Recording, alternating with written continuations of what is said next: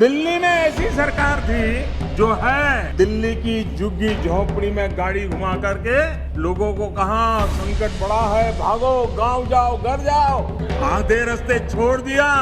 इस पाप के कारण कोरोना ने वहां भी अपनी लपेट में ले लिया। नमस्कार। उत्तर प्रदेश समेत 5 राज्यों में चुनावी माहौल चरम पर है। तमाम दल एक दूसरे को घेरने में लगे हुए हैं। पहले चरण के मतदान से पहले एडी चोटी का जोर लगा रही हैं और जीत का दमखम भर रही हैं। ट्विटर पर भी खूब बयानबाजी हो रही है और इसी कड़ी में सोमवार रात सोशल मीडिया पर एक अलग ही नजारा देखने को मिला। आधी रात को यूपी के सीएम योगी आदित्यनाथ और दिल्ली के सीएम केजरीवाल आपस में भिड़ गए। एक दूसरे के लिए ऐसे ऐसे शब्दों का इस्तेमाल किया जिसने सभी को हैरान कर दिया। एक तरफ योगी ने अपने ट्वीट की शुरुआत सुनो केजरीवाल से की तो दूसरी तरफ केजरीवाल ने भी सुनो योगी से अपनी बात शुरू की। सबसे पहले योगी का ट्वीट देखिए। योगी लिखते हैं, केजरीवाल को झूठ बोलने में महारत हासिल है। जब पूरा देश आदरणीय प्रधानमंत्री जी के नेतृत्व में कोरोना जैसी वैश्विक महामारी से जूझ रहा था, तब केजरीवाल ने प्रवासी मजदूरों को दिल्ली से बाहर का रास्ता दिखा दिया। योगी ने इसी के साथ एक और ट्वीट किया जिसमें उन्होंने लिखा, सुनो केजरीवाल, जब पूरी मानवता कोरोना से पीड़ा से करहा रही थी, उस समय आपने यूपी के कामगारों को दिल्ली छोड़ने पर विवश किया। छोटे बच्चों और महिलाओं तक को आधी रात में यूपी की सीमा पर असहाय छोड़ने जैसा अलोकतांत्रिक और अमानवीय कार्य आपकी सरकार ने किया। आपको मानवता द्रोही कहें या। योगी इतने पर ही नहीं रुके। इसके बाद योगी ने कहा, बिजली पानी का कनेक्शन काटा और सोते हुए लोगों को उठा उठाकर बसों से यूपी बॉर्डर पर भेज दिया। अनाउंसमेंट कर कहा गया कि आनंद विहार के लिए बसें जा रही हैं, उससे आगे यूपी बिहार के लिए बसें मिलेंगी। यूपी सरकार ने प्रवासी मजदूरों के लिए बसों का इंतजाम किया और उन्हें सुरक्षित वापस लाई। इसके जवाब में अरविंद केजरीवाल ने ट्वीट करते हुए लिखा, सुनो योगी, आप तो रहने ही दो। जिस तरह यूपी के लोगों की लाशें नदी में बह रही थी और आप करोड़ों रुपए खर्च करके टाइम्स मैगजीन में अपनी झूठी वाहवाही के विज्ञापन दे रहे थे, आप जैसा निर्दयी और क्रूर शासक मैंने नहीं देखा। आधी रात को दोनों तरफ से वार पलटवार कैसे हुआ ये तो आपने देखा। और चलिए अब आपको ये भी बताते चलते हैं कि ये पूरा विवाद शुरू कैसे हुआ।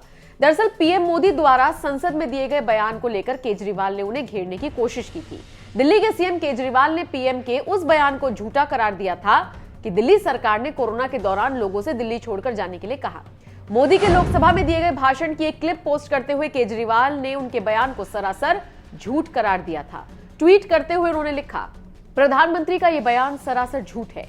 देश उम्मीद करता है कि जिन लोगों ने कोरोना काल की पीड़ा को सहा, जिन लोगों ने अपनों को खोया, प्रधानमंत्री जी उनके प्रति संवेदनशील होंगे। लोगों की पीड़ा पर राजनीति करना प्रधानमंत्री जी को शोभा नहीं देता। इसी के बाद से ये पूरा विवाद शुरू हो गया। बहरहाल आपका इस खबर पर क्या कहना है, कमेंट करके अपनी राय हमें जरूर दें। और माननीय अध्यक्ष जी, उस समय दिल्ली में ऐसी सरकार थी, दिल्ली में ऐसी सरकार थी जो है उस सरकार ने तो जीप पर माइक बांध करके दिल्ली की झुग्गी झोपड़ी में गाड़ी घुमा करके लोगों को कहा संकट बड़ा है, भागो गांव जाओ, घर जाओ, और दिल्ली से जाने के लिए बसें दी, आधे रास्ते छोड़ दिया और सभी को लिए अनेक मुसीबतें पैदा की। और उसका कारण हुआ कि यूपी में, उत्तराखंड में, पंजाब में जिस कोरोना की इतनी गति नहीं थी, इतनी तीव्रता नहीं थी। माननीय अध्यक्ष जी, तमिलनाडु आखिर में 1962 में, यानी करीब 60 साल पहले आपको मौका मिला था। तेलंगाना बनाने का श्रेय लेते हैं, लेकिन तेलंगाना बनने के बाद भी वहां की जनता ने आपको स्वीकार नहीं किया। झारखंड का जन्म हुआ, 20 साल हो गए, पूर्ण रूप से कांग्रेस को स्वीकारते नहीं है, पिछले दरवाजे से वो घुसने का प्रयास करते हैं। माननीय अध्यक्ष जी, सवाल चुनाव नतीजों का नहीं है, सवाल उन लोगों की नीयत का है, उनकी नेक दिली का है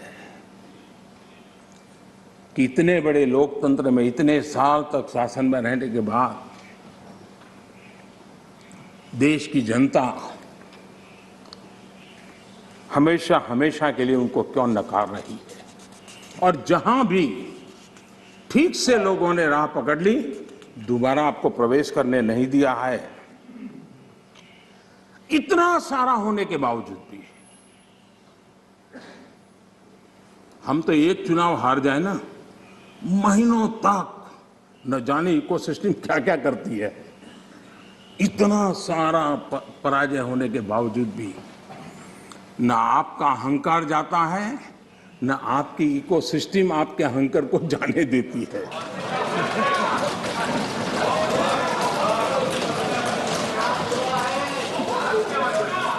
रहिए। इस बार अधीर रंजन जी बहुत सारे शेर सुना रहे थे।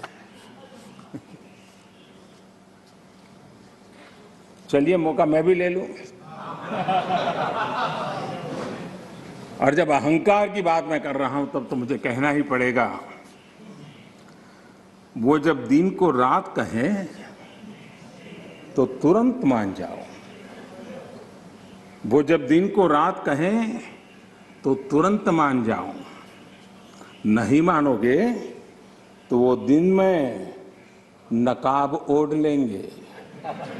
2 करोड़ की जरूरत हुई, रोजगार के बारे में बात कीजिए। जरूरत हुई, बेरोजगार और रोजगार प्लीज आप जरूरत हुई तो हकीकत को थोड़ा बहुत मरोड़ लेंगे। वो मगरूर है,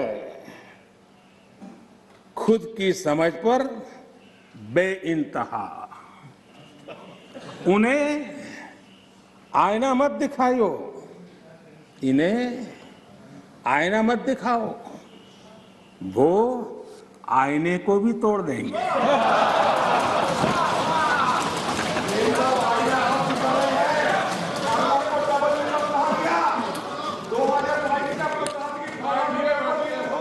please please please please please आदरणीय अध्यक्ष जी, आजादी का अमृत महोत्सव, आजादी के 75 वर्ष में आज देश आजादी का अमृत महोत्सव मना रहा है और देश अमृत काल में प्रवेश कर रहा है। आजादी की इस लड़ाई में जिन जिन लोगों ने योगदान किया, वो किसी दल के थे या नहीं थे, इन सब से परे उठ करके देश के लिए जीने मरने वाले लोग, देश के लिए जवानी खपाने वाले लोग, ये हर किसी को स्मरण करने का, पुण्य स्मरण करने का अवसर है और उनके सपनों को याद करते हुए कुछ संकल्प लेने का अवसर है। आदरणीय अध्यक्ष जी, हम सब संस्कार से, स्वभाव से, व्यवस्था से लोकतंत्र के प्रतिबद्ध लोग हैं और आज से नहीं, सदियों से हैं। लेकिन ये भी सही है, आलोचना